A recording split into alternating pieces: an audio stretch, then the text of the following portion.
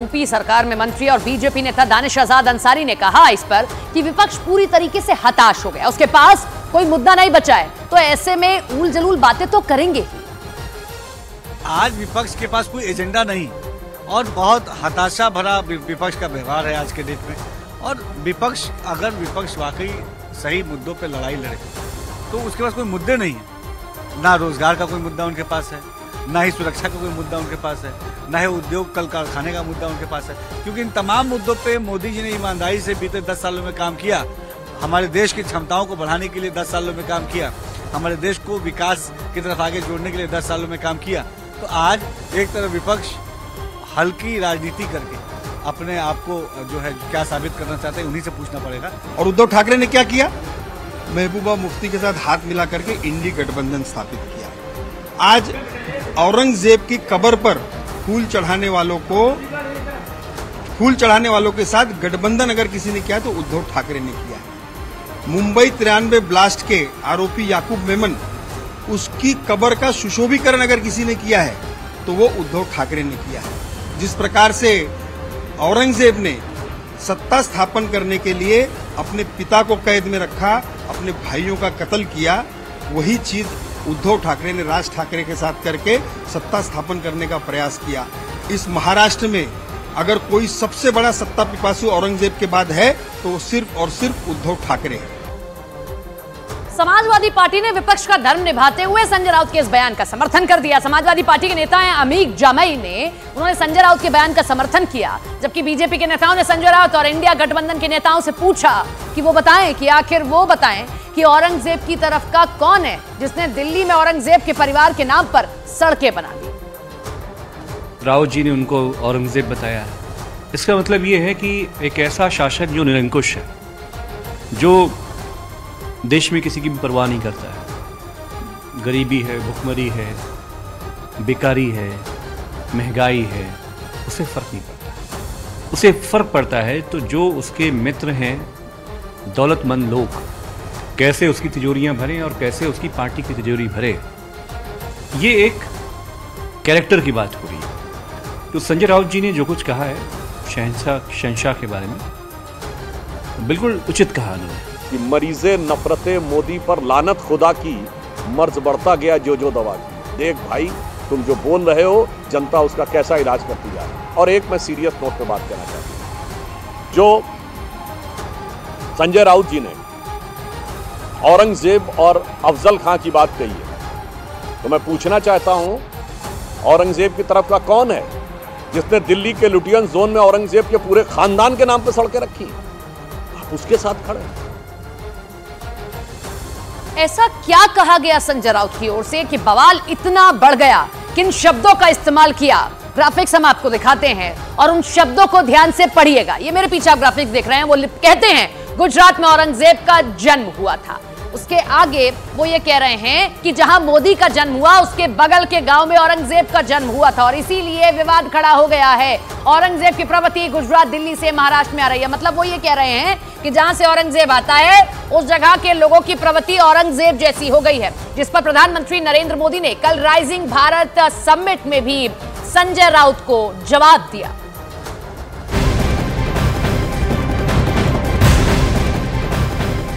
News 18 rising Bharat के मंच से प्रधानमंत्री मोदी ने भ्रष्टाचार, आतंकवाद समेत कई मुद्दों पर बेबाकी से अपनी बात को रखा है। पीएम मोदी ने कहा कि देश में भ्रष्टाचारियों पर सख्त एक्शन लिया जा रहा है, किसी भी भ्रष्टाचारी को बख्शा कतई नहीं जाएगा। साथ ही पीएम मोदी ने पूरी दुनिया को यह संदेश दिया कि आज का भारत आतंक को सहने वाला देश नहीं है, बल्कि वो आतंक को मुंह तोड़ जवाब देना जानता है। इसके साथ ही उन्होंने राइजिंग भारत कार्यक्रम के मंच से विरोधियों पर भी जमकर हमला बोला है। अपने घोटालों को डिफेंड करने में जुटी रहती थी। आज स्थिति एकदम अलग है। आज सरकार भ्रष्टाचार पर कड़े एक्शन ले रही है।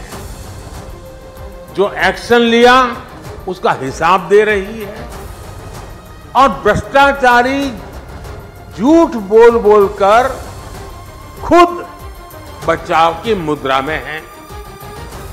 तब देश पूछता था कि पावरफुल लोगों पर ईडी, सीबीआई जैसी एजेंसियां एक्शन क्यों नहीं लेती, ये सवाल पूछा जाता।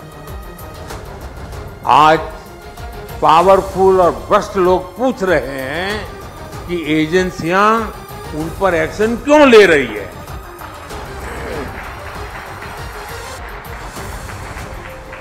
ये अंतर 10 सालों में आया है। बात वही है, नीयत सही तो काम सही। पीएम मोदी ने राइजिंग इंडिया के मंच से विरोधियों पर हमला बोला। उन्होंने कहा कि हमने सरकारी खजाने की लूट को बंद कर दिया है। यानी सरकारी खजाने से पैसा निकल रहा था, लेकिन वो किसी और की जेब में जा रहा था। ये ऐसा भ्रष्टाचार था जो सीधे सामान्य जन को प्रभावित करता था। मनरेगा का पैसा सरकारी खजाने से निकलता था, लेकिन मजदूर को मजदूरी नहीं मिलती थी। गैस की सब्सिडी किसी और के खाते में पहुंच जाती थी।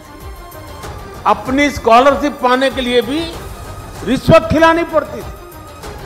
10 साल पहले तक जो सरकार में थे, उनको ये सूट करता था, उनकी राजनीति को ही सूट करता था। लेकिन साथियों, हमने सरकारी खजाने की इस लूट को पूरी तरह से बंद कर दिया। हमने जनधन, आधार और मोबाइल की त्रिशक्ति बनाई। हमने डायरेक्ट बेनिफिट ट्रांसफर, डीबीटी के माध्यम से 34 लाख करोड़, 34 लाख करोड़ रुपए सीधे लाभार्थियों के बैंक खाते में पहुंचाए।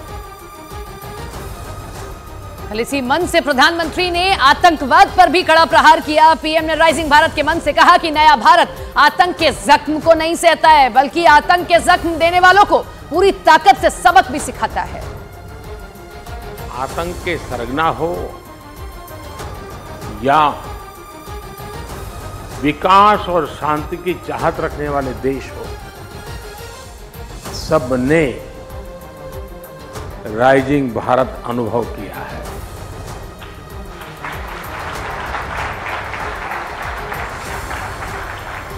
ये नया भारत आतंक के जख्म को नहीं सहता है।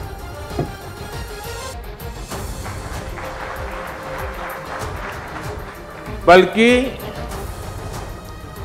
आतंक के जख्म देने वालों को पूरी ताकत से सबक भी सिखाता है।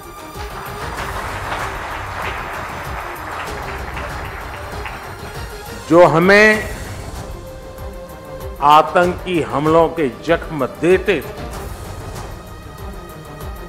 उनकी क्या हालत है, ये देशवासी भी देख रहे हैं और दुनिया भी देख रही है।